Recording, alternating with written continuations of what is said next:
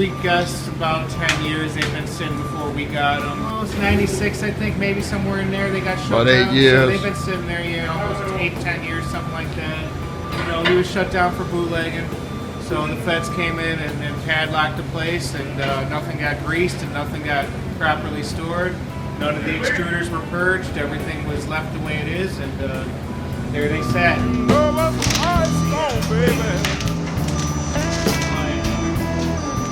1,000 miles away.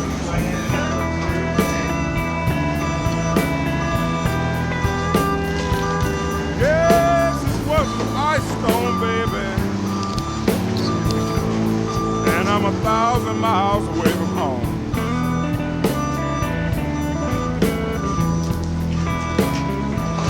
Well, you know I don't have no electric. I don't even have a dial tone. I think he bought them used from a place called Musical Products, actually, back in '78 is what happened. He had a jukebox company, that's why he bought them. He was pressing records for his own jukeboxes. And later on, it became a house music label when some of the local kids figured out that he was there, and they just started pressing their own stuff. They were literally making tracks that day, and then cutting them that day, and bringing them to pressing them, bringing them to the club that night, selling them out of the trunks of their cars back then. But you notice, clouds won't pass. Won't let the sun. And ultimately, he never stopped the bootlegging, and got shut down. I believe he was ultimately caught for pressing 78s of Beatles and Beach Boys and Bobby Darin and all that good stuff, and sending them off to India to be played in India because they were still playing 78s all the way up through the 90s. You know, we bought them in '03. They went to storage until we got this place, did the demo, moved them in here, and they've been sitting here ever since. And now we're in 2015, so a little over 10 years. Had them for almost, you know, I guess almost 12 now, I guess, since I bought them. So But at least when they were in here, at least yeah, they were stored properly. They were stored properly. And we did a lot of cleanup on them initially, and that's about as far as we could ever get. Now they're up to quality where they're gonna finally be lovingly restored the way they should be, pressed in some of the best records in the world.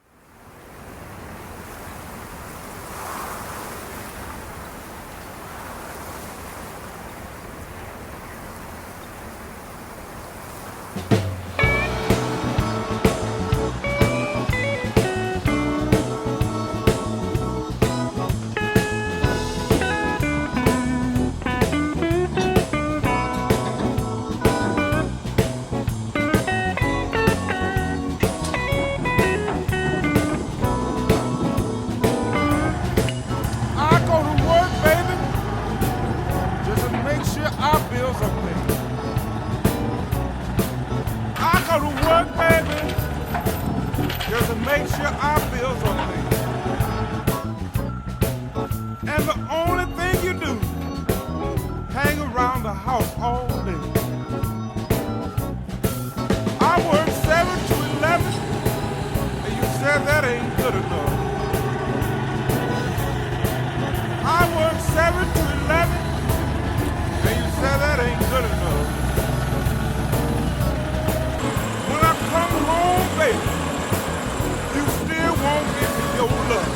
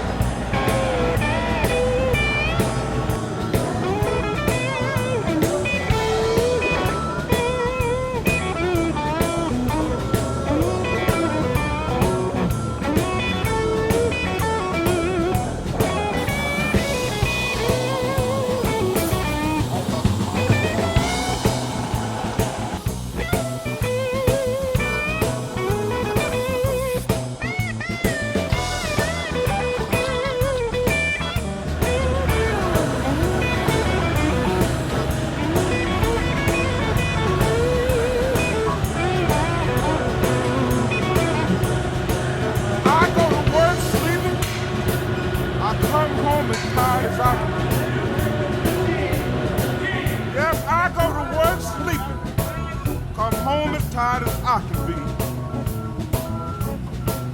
You know you're dogging me out and working the hell out of me. Yeah, you know you don't cook, and you sure don't clean.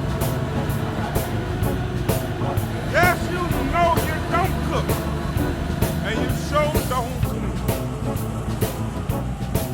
See, the only thing you do is getting that heavy load on.